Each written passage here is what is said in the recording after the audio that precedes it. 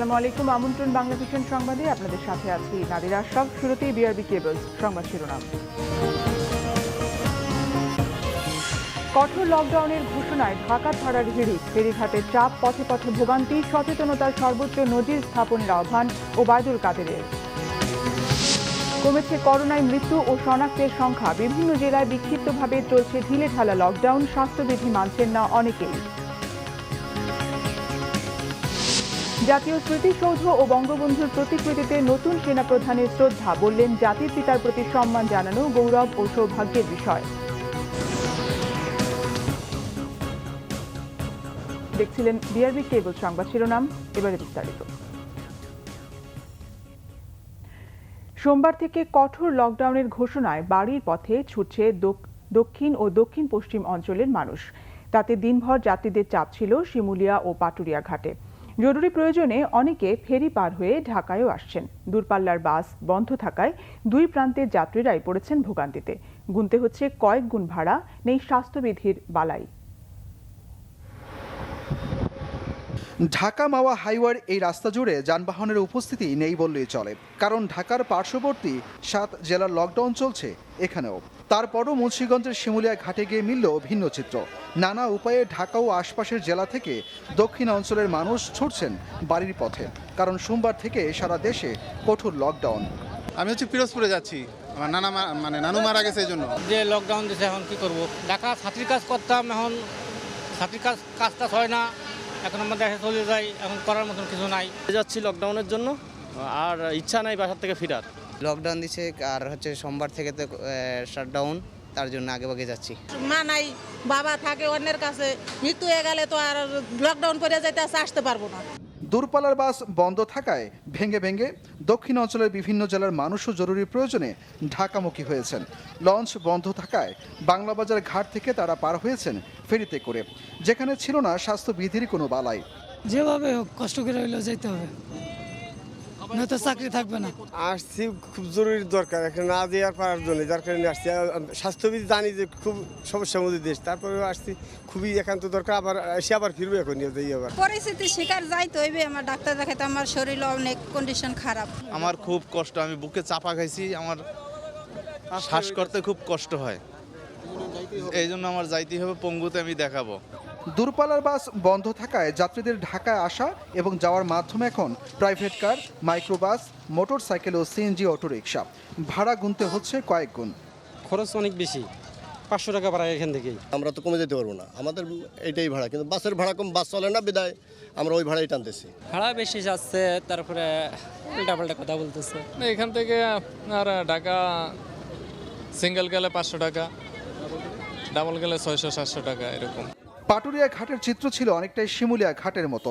লকডাউনের খবরে দক্ষিণ পশ্চিমাঞ্চলের 21টি জেলার মানুষ সকাল থেকে পাটুরিয়া দৌলতদিয়া ঘাটের পথে ছুটে গেছে বিভিন্ন উপায়ে। 14টি ফেরির মধ্যে 12টি ফেরি দিয়ে যাত্রীদের পারাপার করা হয়েছে। এখানকার স্থানীয়রা তাদের অভিজ্ঞতা থেকে বলছে, লকডাউন শুরুর আগ পর্যন্ত সময়ের সাথে সাথে এই ঘাটে যাত্রীদের চাপ এভাবে বাড়তেই থাকবে। তবে এই চাপে যেন গত ঈদের সময়ের মতো কোনো দুর্ঘটনা না ঘটে, সেটি তাদের প্রত্যাশা। নাইম হাসান, বাংলা ভিশন, মাওয়াঘাট, মুন্সিগঞ্জ। করোনা মহামারীর আগ্রাসী রূপ ঠেকাতে এবং নিজের সুরক্ষায় সচেতনতার সর্বোচ্চ নজির স্থাপনে সবার প্রতি আহ্বান জানিয়েছেন আওয়ামী লীগ সাধারণ সম্পাদক ওবায়দুল কাদের। তিনি বলেন, করোনা সংক্রমণের ব্যাপকতায় সরকার দেশব্যাপী কঠোর লকডাউনের সিদ্ধান্ত নিয়েছে। ঢাকায় নিজ সরকারি বাসভবনে নিয়মিত ব্রিফিংয়ে বিএনপিকে দেশের ব্র্যান্ডেড অত্যাচারী ও জনগণের সম্পদ লুণ্ঠনকারী রাজনৈতিক দল বলেও উল্লেখ করেন ওবায়দুল কাদের। মহামারীর আগ্রাসী রূপ ঠেকাতে এবং নিজেদের সুরক্ষায় সচেতনতার সর্বোচ্চ নজির স্থাপন করতে হবে।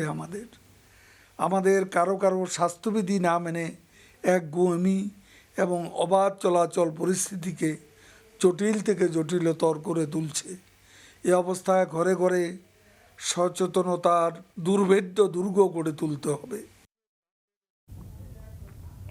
করোনায় একদিনে আরও ৭৭ জন মারা গেছে। শনিবার স্বাস্থ্য অধিদপ্তরের প্রেস বিজ্ঞপ্তিতে জানানো হয় ৭৭ জন সহ এ নিয়ে এ পর্যন্ত মারা গেলেন ১৪,০৫৩ জন।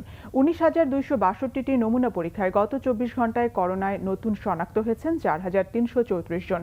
এ নিয়ে মোট শনাক্ত হলেন ৮,৮৩,১৩৮ জন। গত একদিনে করোনা থেকে সুস্থ হয়েছেন ৩,২৯৫ জন। এ নিয়ে এখন পর্যন্ত সুস্থ হয়েছেন ৮,৮৫৪ জন। গত ২৪ ঘন্টায় মৃত্যুর হার ১.৫৯, শনাক্তের হার ২২.৫০ এবং সুস্থতার হার ৯০.৬৮%।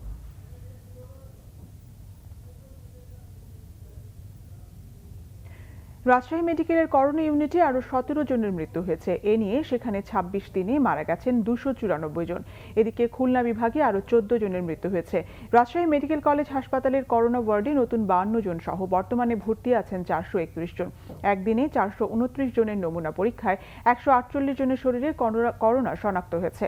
এদিকে খুলনার বিভাগে মৃত্যু হয়েছে ১৪ জনের। অন্যদিকে করোনা ও এর উপসর্গ নিয়ে সীমান্তের আরেক জেলা সাতক্ষীরায় মৃত্যু হয়েছে ৯ জনের। এ পর্যন্ত করোনায় ও উপসর্গে ৩৭৯ জন মারা গেছেন।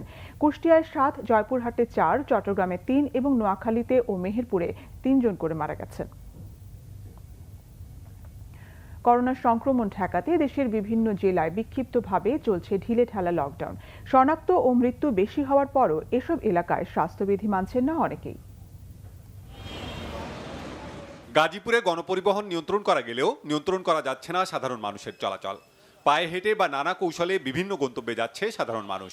লকডাউনের পঞ্চম দিনেও ঢাকা টাঙ্গাইল মহাসড়কের চন্দ্রা ও ঢাকা ময়মনসিংহ মহাসড়ক দিয়ে কিছু কিছু গণপরিবহন চলাচল করছে।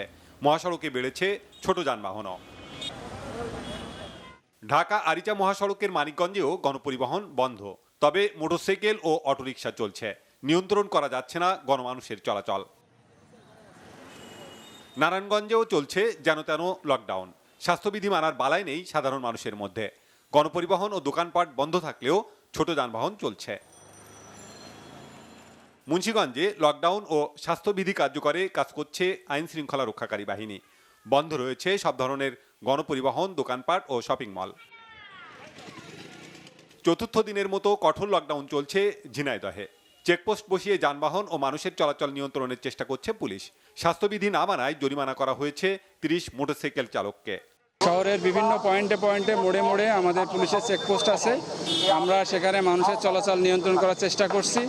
সীমান্ত জেলা কুষ্টিয়ায় লকডাউন কার্যকর করতে শহরের প্রবেশ মুখে চেকপোস্ট বসিয়েছে পুলিশ।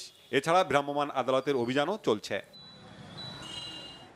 সাতক্ষীরায় চতুর্থ দফা লকডাউনের দ্বিতীয় দিনে বেড়েছে মানুষের চলাচল। নানা অজুহাতে ঘরের বাইরে বের হচ্ছেন তারা। নিয়ন্ত্রণে হিমশিম খাচ্ছে পুলিশ।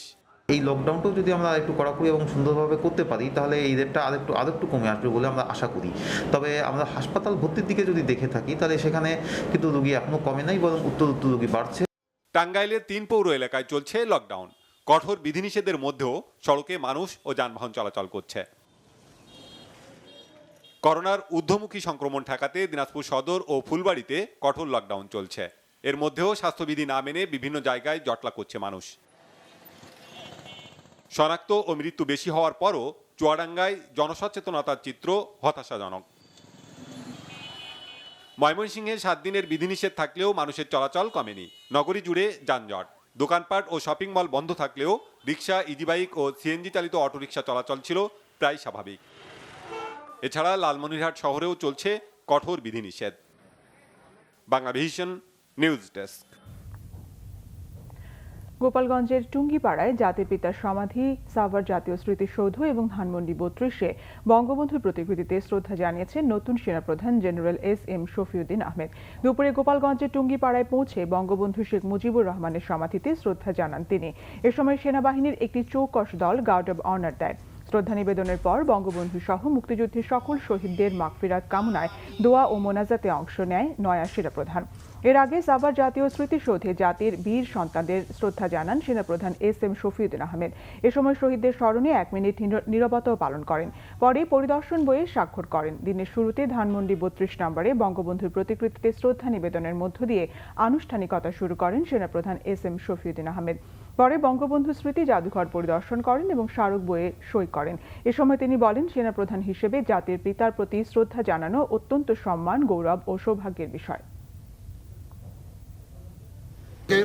স্মৃতি বিজড়িত এই জাদুঘরে আসতে পেরে আমি আসলেই নিজেকে সত্য সৌভাগ্য মনে করছি, কারণ আমাদের হাজার বছরের শ্রেষ্ঠ বাঙালি জাতির মহানগর বঙ্গবন্ধু শেখ মুজিবুর রহমানের প্রতি শ্রদ্ধা জানাতে পারা এই সেনাপ্রধান হিসেবে এটাও আমার জন্য একটা সৌভাগ্যের বিষয়।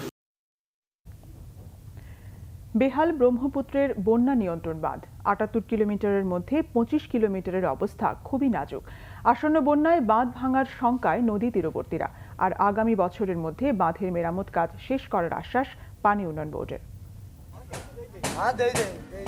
বন্যা থেকে রক্ষায় ১৯৬২ সালে গাইবান্ধার উত্তরে সুন্দরগঞ্জ উপজেলার চণ্ডীপুর ইউনিয়ন থেকে শুরু করে সদর ও ফুলছড়ি উপজেলার ওপর দিয়ে দক্ষিণে সাঘাটা উপজেলার জুমারবাড়ি ইউনিয়ন পর্যন্ত ৭৮ কিলোমিটার দীর্ঘ ব্রহ্মপুত্র বন্যা নিয়ন্ত্রণ বাঁধ নির্মাণ করা হয়।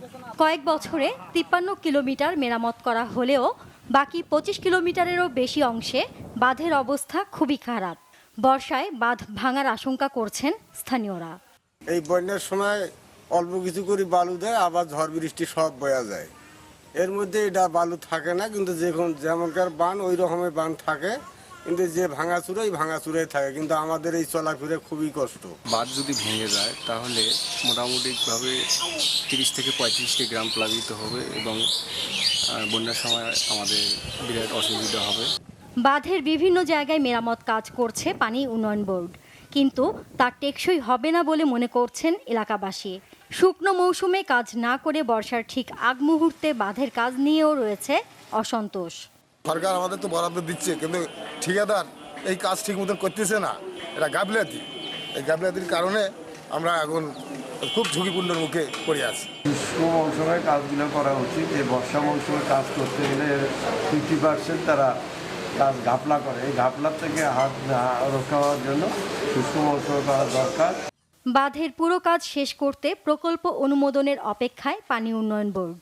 যে প্রকল্পে আমরা 10 কিলোমিটার বাঁধ মেরামত করছি, এটাতে আরও 15 কিলোমিটার বাঁধ অন্তর্ভুক্ত করে আমরা 25 কিলোমিটার বাঁধের জন্য আমরা এটা আবেদন করছি। এটা উদ্বোধন কর্তৃপক্ষের কাছে আছে। এটা অনুমোদন হলে আমার এই পুরো 78 কিলোমিটার বাঁধই মেরামত হয়ে যাবে। কাজ আমাদের শুরু হয়ে গেছে 2টা প্রকল্পে। বাঁধের যেন তেন মেরামত চান না স্থানীয়রা, তারা চান টেকসই নির্মাণ। Bangla vision news desk.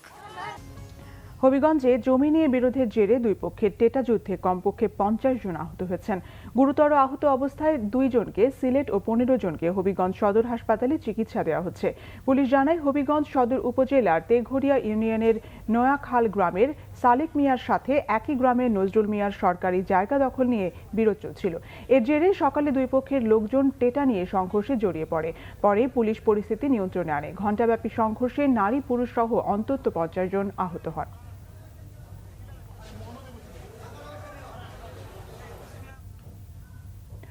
চট্টগ্রামের মিরসরাইয়ে চলন্ত বাসে তরুণীকে দল বেঁধে ধর্ষণের অভিযোগে চালক হেলপার সহ 6 জনকে আটক করেছে পুলিশ। শুক্রবার রাতে সীতাকুণ্ড, মিরসরাই ও নগরীতে অভিযান চালিয়ে তাদের আটক করা হয়। ধর্ষিতা তরুণী একটি পোশাক কারখানার শ্রমিক, তার বাড়ি সীতাকুণ্ডে। আটককৃতরা হলেন আশরাফুল ইসলাম, শাহাদাত হোসেন, নিজামুদ্দিন রানা, মোহাম্মদ বেলাল হোসেন, মোহাম্মদ ইসমাইল ও মোহাম্মদ সাগর হোসেন। বুধবার রাতে মিরসরাইয়ে চলন্ত বাসে ধর্ষণের শিকার হন ওই তরুণী। মিরসরাই থানায় লিখিত অভিযোগ করার পর পুলিশ অভিযানে নামে। মিরসরাই থানার ওসি মুজিবুর রহমান জানান, রাতে মেয়েটি কারখানা থেকে বেরিয়ে বাসে করে বাসায় ফিরছিল। এ সময় চলন্ত বাসে 6 জন মিলে তাকে ধর্ষণ করে। আসামিদের রিমান্ডে নেওয়ার আবেদন করা হবে বলে জানিয়েছে পুলিশ। খাগড়াছড়ির দীঘিনালায় অমর জীবন চাকমা নামে এক ব্যক্তিকে বাড়ি থেকে তুলে নিয়ে হত্যা করেছে সন্ত্রাসীরা। দীঘিনালা উপজেলার বড়াদমে এই হত্যাকাণ্ড হয়। অমর জীবন চাকমা ইউপিডিএফ প্রসিদ্ধ গ্রুপের সাবেক সদস্য ছিলেন। নিহতের স্বজনরা জানান, শুক্রবার রাতে কয়েকজন অস্ত্রধারী সন্ত্রাসী তাকে বাড়ি থেকে তুলে নিয়ে যায়। শনিবার সকালে বাড়ির পাশে লাশ মেলে অমর জীবন চাকমার। দীঘিনালা থানার ওসি এম পেয়ার আহমেদ জানান, নিহতের বুকে ও গলায় ধারালো অস্ত্রের আঘাতের চিহ্ন রয়েছে। করোনা পরিস্থিতিতেও কর্মচঞ্চল মোংলা সমুদ্র বন্দর। জাহাজ আগমনের নতুন রেকর্ড তৈরি হয়েছে বন্দরটিতে। মহামারীর ধকল ছাপিয়ে এ সময়ে পণ্য খালাস হয়েছে 3,63,00,000 মেট্রিক টন। রপ্তানি হয়েছে 3,43,549 মেট্রিক টন পণ্য। তবে এতে বন্দরের আয় বাড়লেও বাড়েনি কাস্টমসের রাজস্ব। কন্টেইনার শিপ বন্দরে না আসায় হতাশ ব্যবসায়ীরা। 1950 সালে চালনা বন্দর মোংলায় স্থানান্তর করে শুরু হয় বন্দরের কার্যক্রম। নানা প্রকল্প বাস্তবায়নের মধ্য দিয়ে ধীরে ধীরে বাড়তে থাকে বন্দরের সক্ষমতা। করোনার মধ্যেও রেকর্ড সংখ্যক জাহাজ ভিড়েছে মোংলায়। সংক্রমণ ছড়িয়ে পড়ার আগে 2018-19 অর্থ বছরে মোংলা বন্দর আয় করে 329 কোটি টাকা। করোনার মধ্যে 2019-20 অর্থ বছরে আয় হয় 338 কোটি টাকা। 2020-21 অর্থ বছরে 340 কোটি টাকা আয়ের প্রত্যাশা কর্তৃপক্ষের। মহামারীর সময়ে পণ্য আমদানি বেড়েছে, আয়ও বেড়েছে। আমরা আশা করছি আগামী জুনে আমরা প্রায় 900,000-এর কাছাকাছি আমরা জাহাজ হ্যান্ডলিং করতে পারবো এবং কার্গো হ্যান্ডলিং 1,20,00,000 মেট্রিক টনের ঊর্ধ্বে আমরা করতে পারবো। স্বাস্থ্যবিধি বজায় রেখে আমাদের শ্রমিক যারা কাজ করেছে বন্দরের মাল পণ্য খালাস এবং উত্তোলনের জন্য তারা সবাই সেটা বজায় রেখেছে। আমরাও সেটা নিরাপত্তা এনশিওর করেছি। তাছাড়া তাদেরকে আমরা রেগুলার বেসে হেলথ চেক করাতাম এবং বাংলাদেশের অর্থনীতিতে মোংলা বন্দরের একটা বড় ভূমিকা রাখছে, সেটা এখন একটা শো করছে, ইন্ডিকেট করছে। তবে ব্যবসায়ীরা বলছেন মোংলা বন্দরে জাহাজ বাড়লেও কাস্টমস হাউজের রাজস্ব বাড়েনি। তাই বন্দরের রাজস্বের সাথে কাস্টমস হাউজের রাজস্বের সামঞ্জস্য চান তারা। এই 800 টন না নিয়ে যদি চিটাং বন্দরের মতো 35,000 টন, 60,000 টন, 50,000 টন, 40,000 টনের জাহাজ আসতো, তাহলে আমরা বলতে পারতাম যে না, এই বন্দরে জাহাজ বেড়েছে।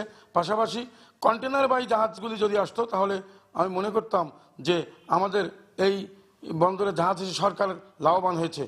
কাস্টমসের রাজস্ব বাড়াতে পরিকল্পনা গ্রহণ আর স্বচ্ছতার মাধ্যমে বন্দরের চলমান প্রকল্প ও আগামীর পরিকল্পনা বাস্তবায়ন চান সংশ্লিষ্টরা। Bangla vision news desk. চট্টগ্রামে ইসকনের নাম ব্যবহার করে ভূমি আত্মসাৎ, প্রবর্তক শ্রীকৃষ্ণ মন্দিরে ভক্তদের দানের অর্থ লোপাট এবং অনৈতিক কর্মকাণ্ডের অভিযোগ এনে তার প্রতিবাদে সংবাদ সম্মেলন করেছে প্রবর্তক সংঘ। সকালে চট্টগ্রাম প্রেস ক্লাবে সংবাদ সম্মেলনে প্রবর্তক সংঘের সম্পাদক 3 কোটি চক্রবর্তী লিখিত বক্তব্যে অভিযোগ করেন, ইসকনের নাম ব্যবহার করে প্রবর্তক সংঘের ভূমি দখল, যৌথ চুক্তি অমান্য করা, প্রবর্তক মন্দিরের নাম ব্যবহার করে ভক্তদের কাছ থেকে অনুদান সংগ্রহ করে পাচার করা হচ্ছে। প্রবর্তক মন্দির ও ভূমির একমাত্র মালিক প্রবর্তক সংঘ দাবি করে তিনি বলেন, সংঘের কর্মকর্তা কর্মচারীদের নির্যাতন ও প্রাণে মেরে ফেলার হুমকি দেওয়া হচ্ছে। প্রবর্তক শ্রীকৃষ্ণ মন্দির নির্মাণে 100 কোটি টাকা খরচের কথা বলা হলেও মন্দিরটি নির্মাণে 20 থেকে 22 কোটি টাকার বেশি খরচ হয়নি বলে অভিযোগ করা হয় সংবাদ সম্মেলনে। দুর্নীতি দমন কমিশন ও চট্টগ্রাম নগরীর পাঁচলাইশ থানায় ইসকনের বিরুদ্ধে অভিযোগ দায়ের করা হয়েছে বলেও জানান প্রবর্তক সংঘের সম্পাদক 3 কোটি চক্রবর্তী। দেশের বিভিন্ন জায়গার আরো কিছু খবর নিয়ে এখন একটি ডেস্ক রিপোর্ট। স্থানীয় সরকার, পল্লী উন্নয়ন ও সমবায় মন্ত্রী মোহাম্মদ তাজুল ইসলাম বলেছেন, চট্টগ্রামের জলাবদ্ধতা নিরসনে চলমান মেগা প্রকল্পগুলোর দ্রুত বাস্তবায়ন দেখতে চান তিনি। নদীর পাড়ের ভূমি বন্দর কেন শিল্প কারখানাকে লিজ দিচ্ছে তাও জানতে চান মন্ত্রী। সার্কিট হাউসে জলাবদ্ধতা নিরসন, কর্ণফুলী নদীর নাব্য বৃদ্ধি, দখল ও দূষণ রোধে সংশ্লিষ্ট সংস্থার সাথে মতবিনিময় শেষে তিনি কথা বলেন। রোহিঙ্গাদের জন্ম নিবন্ধন, জাতীয় পরিচয়পত্র, পাসপোর্ট বাতিল ও তাদের শরণার্থী ক্যাম্পে হস্তান্তরের দাবিতে কক্সবাজারে মানববন্ধন হয়েছে। শনিবার সকালে কক্সবাজারের ঈদগাঁও স্টেশনে ইসলামাবাদ ইউনিয়নের জনসাধারণ এই মানববন্ধন কর্মসূচি পালন করেন। দুদকের তদন্তের প্রেক্ষিতে 13 রোহিঙ্গার পাসপোর্ট বাতিল করা হয় এবং তাদের পাসপোর্ট পেতে সহায়তার অভিযোগে 17 জনের বিরুদ্ধে গত 17 জুন মামলা করে দুদক। গোপালগঞ্জে দারিদ্র্য বিমোচনে বাপার সম্ভাবনা ও করণীয় শীর্ষক সেমিনার হয়েছে। কোটালীপাড়া বঙ্গবন্ধু দারিদ্র্য বিমোচন ও পল্লী উন্নয়ন একাডেমির হলরুমে আয়োজিত সেমিনারে ভার্চুয়ালি যুক্ত হন স্থানীয় সরকার, পল্লী উন্নয়ন ও সমবায় প্রতিমন্ত্রী স্বপন ভট্টাচার্য। বঙ্গবন্ধু শেখ মুজিবুর রহমানের জন্মশতবার্ষিকী ও স্বাধীনতার সুবর্ণ জয়ন্তী উদযাপন উপলক্ষে সাতক্ষীরা ডিবি ইউনাইটেড হাই স্কুলে বৃক্ষরোপণ কর্মসূচি পালিত হয়েছে। সকালে হাই স্কুল চত্বরে সাতক্ষীরা সদর উপজেলা নির্বাহী অফিসার ফাতেমা তুস জোহরা এর উদ্বোধন করেন। এদিকে ঝালকাঠির কাঠালিয়া উপজেলার আনসার ও ভিডিপির উদ্যোগে মুজিব বর্ষ উপলক্ষে ফলজ, বনজ ও ঔষধি গাছের চারা বিতরণ করা হয়েছে। দুপুরে কাঠালিয়া উপজেলা পরিষদ চত্বরে আনসার সদস্যদের মাঝে এ চারা বিতরণ করা হয়। সাবেক নৌ পরিবহন মন্ত্রী বীর মুক্তিযোদ্ধা শাহজাহান খানের বাবা মুক্তিযুদ্ধের অন্যতম সংগঠক স্বাধীনতা পদকপ্রাপ্ত মৌলভী আসমত আলী খানকে নিয়ে কটূক্তি করায় মাদারীপুর জেলা আওয়ামী লীগের সভাপতি শাহাবুদ্দিন আহমেদ মোল্লাকে ক্ষমা চাওয়ার সুযোগ দিয়ে মুক্তিযোদ্ধাদের পক্ষ থেকে উকিল নোটিশ দেওয়া হয়েছে। দুপুরে মাদারীপুর জেলা মুক্তিযোদ্ধা কমপ্লেক্স ভবনের সংবাদ সম্মেলনে এ কথা বলেন সম্মিলিত মুক্তিযোদ্ধা সংসদের পক্ষে বীর মুক্তিযোদ্ধা মোহাম্মদ শাহজাহান হাওলাদার। নরসিংদীতে করোনা সংক্রমণ রোধে সচেতনতামূলক কর্মসূচি শুরু করেছে জেলা প্রশাসন। জেলা প্রশাসক আবু নঈম মোহাম্মদ মারুফ খানের নেতৃত্বে সকাল 11টা থেকে দুপুর 1টা পর্যন্ত নরসিংদী বাজার সহ পৌর শহরের বিভিন্ন স্থানে সচেতনতামূলক প্রচার অভিযান চালানো হয়। করোনা পরিস্থিতিতে শিক্ষা কার্যক্রম ধরে রাখতে ঠাকুরগাঁও জেলার 58 জন দরিদ্র মেধাবী শিক্ষার্থীর মাঝে 6,96,000 টাকার চেক বিতরণ করা হয়েছে। সকালে সদর উপজেলার শিক্ষার্থীদের হাতে বৃত্তি চেক প্রদান করেন উপজেলা নির্বাহী কর্মকর্তা আব্দুল্লাহ আল মামুন। করোনাকালীন সময়ে রংপুরে আর্থিকভাবে ক্ষতিগ্রস্ত 125 পরিবারকে খাদ্য সহায়তা দিয়েছে উন্নয়ন সংস্থা পদক্ষেপ মানবিক উন্নয়ন কেন্দ্র। পূবালী ব্যাংকের অর্থায়নে শনিবার দুপুরে সংস্থাটির আঞ্চলিক অফিসে চাল, ডাল, চিনি, তেল, লবণ সহ এসব নিত্যপণ্য সামগ্রী তুলে দেন সদর উপজেলা পরিষদ চেয়ারম্যান নাসিমা জামান ববি। মাদক মুক্ত সমাজ গড়ার দাবিতে মানববন্ধন হয়েছে সাভারে। কারিতাস উদ্যম প্রকল্পের উদ্যোগে সকালে পৌর এলাকার আড়াপাড়ায় সামাজিক দূরত্ব বজায় রেখে এ মানববন্ধন হয়। Bangla vision news desk. সংবাদ শেষ করব বিআরবি কেবল শিরোনামগুলো আরেকবার জানিয়ে।